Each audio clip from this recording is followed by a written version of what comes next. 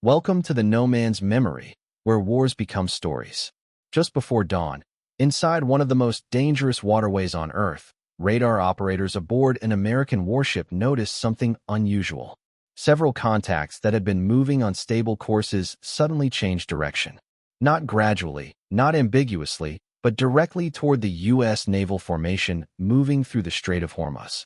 Within seconds, the atmosphere aboard the ships changed. Battle stations were manned, fire control systems activated.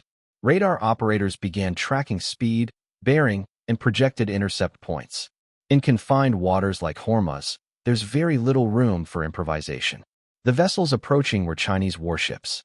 At least one destroyer accompanied by support ships had already been operating in the broader Gulf region for days. Their presence alone was unusual. Their sudden maneuver toward an American formation was something else entirely. Radio traffic erupted almost immediately. American commanders demanded clarification. The response that came back was cold, precise, and deeply provocative. Chinese officers informed the U.S. Navy that they were conducting their own freedom of navigation exercise, using almost exactly the same language Washington has used for decades in contested waters around the world. For the next 30 minutes, two nuclear powers held their course. Every sensor aboard the American ships remained fixed on the approaching formation. Every sailor understood the mathematics of what was happening. One navigational error, one equipment malfunction, one nervous decision from a weapons officer under pressure. In a corridor this narrow, history could pivot in seconds. What happened in those 30 minutes was not simply a naval encounter. It was a warning about the kind of world now taking shape. One where the competition between Washington and Beijing no longer stops in the Pacific. The Strait of Hormuz is not just another shipping route. It is one of the most strategically important waterways on the planet. A narrow maritime artery linking the Persian Gulf to the open ocean, carrying a massive share of the world's energy supply every single day. At its narrowest point, the strait is only about 21 miles across. But the actual shipping lanes used by the world's largest oil tankers are far tighter than that, compressed into carefully managed corridors where massive vessels move slowly and predictably through confined water. That geography makes everything more dangerous. In the open ocean, naval formations have room to maneuver, reposition, or de-escalate. Inside Hormuz, those options shrink dramatically. Ships are funneled through limited space. Coastlines sit within striking distance, and every vessel operates under the shadow of nearby military infrastructure. And those coastlines are not neutral.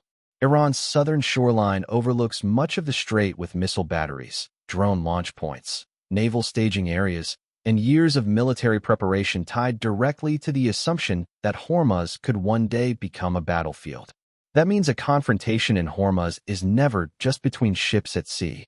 Geography pulls in land-based weapons, regional militaries, commercial shipping, oil markets, and global diplomacy almost instantly. A tactical incident can become an international crisis far faster here than almost anywhere else, which is why the idea of Chinese warships deliberately testing an American naval formation in this corridor mattered so much. Chinese warships do not casually appear in the Persian Gulf. Moving naval assets this far from home requires logistics, fuel support, diplomatic coordination, and strategic intent. Whatever explanation Beijing offered publicly, this was not an accidental presence.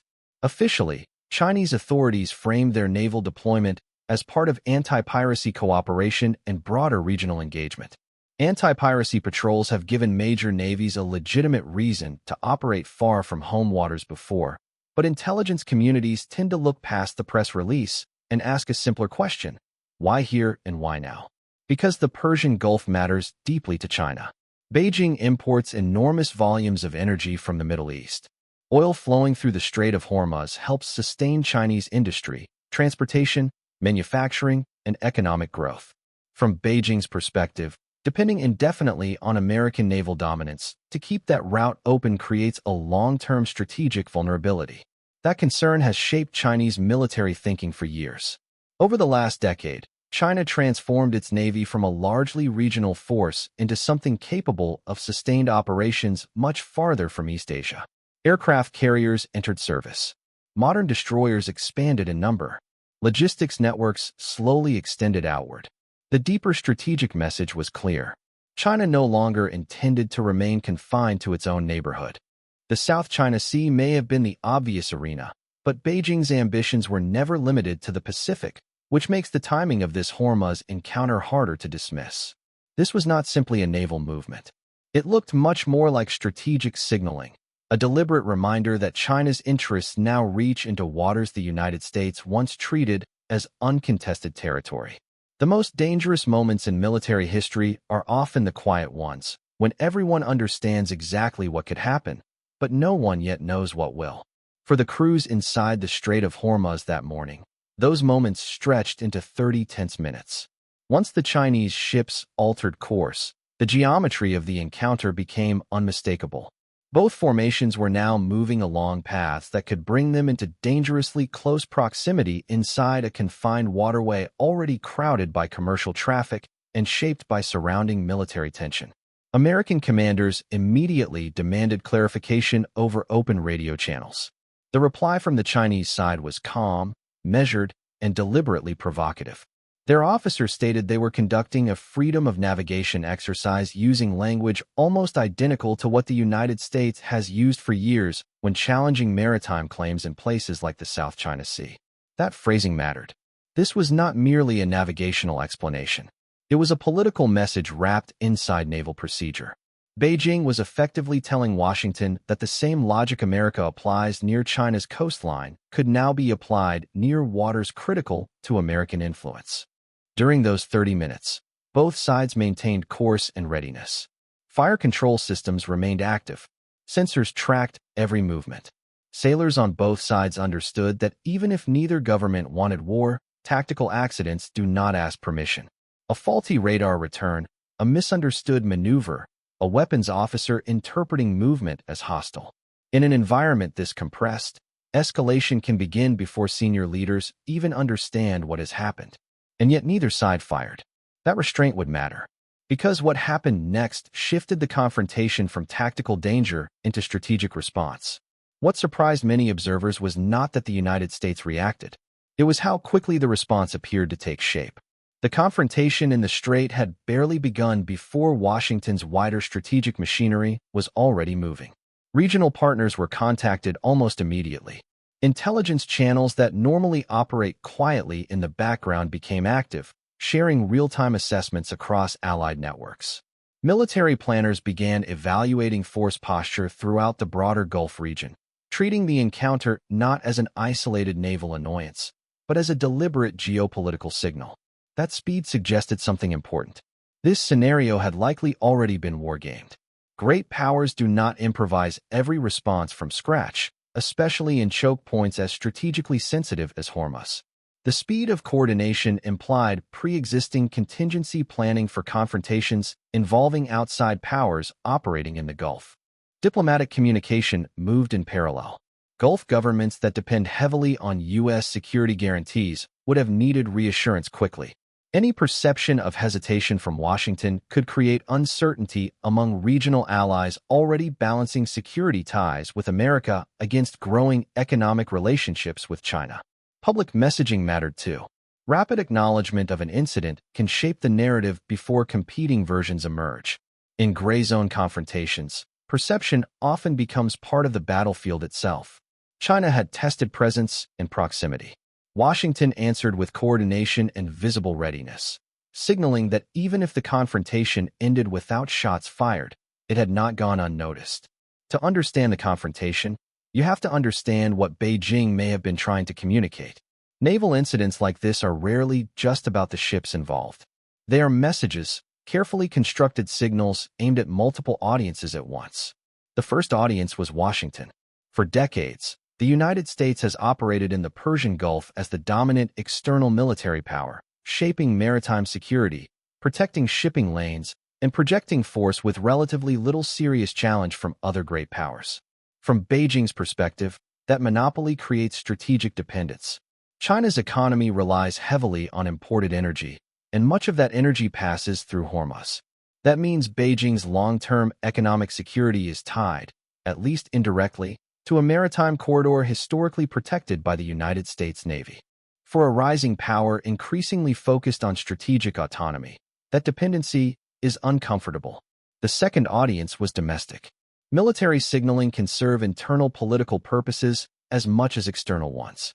Demonstrating that Chinese warships can operate confidently in distant strategic waters reinforces narratives of national strength, modernization, and global reach. And then there was the broader international audience, especially Gulf states. Beijing has spent years expanding economic influence across the Middle East through trade, infrastructure, energy partnerships, and diplomatic engagement. A visible naval presence sends a quiet message. China is not just an economic actor here anymore. Seen through that lens, the confrontation looks less like an isolated maneuver and more like a strategic statement. Beijing may not have been seeking war, but it may very well have been testing how far its growing presence could reach before Washington pushed back. For the governments watching from the Gulf, the confrontation raised a deeply uncomfortable question. If competition between Washington and Beijing moves into their neighborhood, where exactly are they supposed to stand? For decades, much of the region's security architecture has been built around the United States. American naval patrols, air defense systems, intelligence sharing, military bases, and arms partnerships have formed the backbone of Gulf security planning. When threats emerged, Washington was traditionally the outside power expected to respond. But economics have changed the equation. China has become a major trading partner for multiple Gulf states, a critical customer for energy exports, and an increasingly important investor in infrastructure and technology. For some governments, economic ties with Beijing are no longer secondary. They are central to long-term development planning. That creates strategic tension. Security still leans toward Washington. Economics increasingly lean toward Beijing. In a world where those two relationships remain separate, the balancing act is manageable. But once military confrontation enters the picture, neutrality becomes much harder.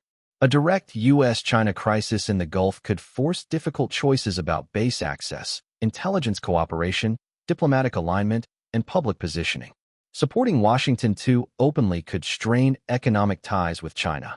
Remaining ambiguous could create doubts about reliability within existing security partnerships. And uncertainty itself becomes leverage. If Beijing can make Gulf governments question whether American dominance is permanent or whether strategic diversification is necessary, then even limited military signaling can produce political effects far beyond the immediate naval encounter. What happened in Hormuz makes more sense when placed inside a much larger pattern. Great power competition is not always fought through open war. Much of it unfolds in the gray zone, the uncomfortable space between peace and direct conflict, where pressure is applied carefully enough to avoid triggering full escalation. China has become increasingly skilled in this kind of competition. In the South China Sea, artificial islands appeared where none existed before, then gradually transformed into militarized outposts. Near Taiwan, air and naval patrols have grown larger, more frequent, and more provocative without crossing into outright war. In the East China Sea, persistent pressure has become part of the strategic landscape. The logic behind these moves is methodical. Probe the boundaries, test responses, identify political hesitation, learn where the opposing side's red lines actually are, not in speeches but in behavior, then adjust accordingly. That is what makes gray zone competition so difficult to manage. Respond too aggressively, and you risk escalating a limited confrontation into something much larger. Respond too weakly, and you signal that the tactic is working. Seen through that framework, the Hormuz confrontation looks less like a spontaneous naval incident and more like another data point in a broader strategic campaign. A test of American reactions in a region far from East Asia, but deeply important to global stability. And for Washington, that creates a persistent dilemma. The challenge is not simply defeating an adversary in war. It is responding strongly enough to deter future probes without accidentally turning a strategic test into a real shooting conflict. The real danger in confrontations like this is not always deliberate aggression. Sometimes it is simple human error unfolding inside an unforgiving environment. The Strait of Hormuz offers very little margin for mistakes. Warships operating in confined waters rely on constant sensor interpretation, rapid communication, and disciplined decision-making under pressure. The technology is not perfect. Radar returns can be misread. Maneuvers can be interpreted incorrectly. Radio communication can be misunderstood, especially between forces already expecting tension. And once weapon systems are active, time compresses dramatically. A contact moving unexpectedly may force decisions in seconds, not minutes. Officers are trained for that reality, but training does not eliminate uncertainty. It only helps manage it. The stakes become even more severe when both sides are nuclear powers. No one expects a local naval encounter to escalate directly into strategic war until history reminds everyone how quickly crises can spiral when national prestige, military readiness, and imperfect information collide. Hormuz makes this worse because geography limits de-escalation options. In open ocean, ships can widen separation, alter course safely, or create physical distance.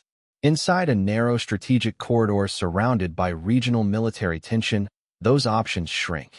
That is why the 30-minute standoff mattered. Not because shots were fired, but because none were, despite all the ingredients that could have made the opposite outcome frighteningly plausible. What happened in the Strait of Hormuz may ultimately be remembered not as an isolated confrontation, but as a warning about where great power competition is heading next. For years, most discussions about U.S.-China rivalry focused on the Pacific, Taiwan, the South China Sea, East Asian shipping lanes, semiconductor supply chains, and military modernization. But great powers rarely keep competition neatly contained to one region when their interests are global. China's economic dependence on Gulf energy ensures that the Middle East matters strategically to Beijing. America's long-standing military architecture in the region ensures it matters just as deeply to Washington. Those realities create overlap, and overlap creates friction.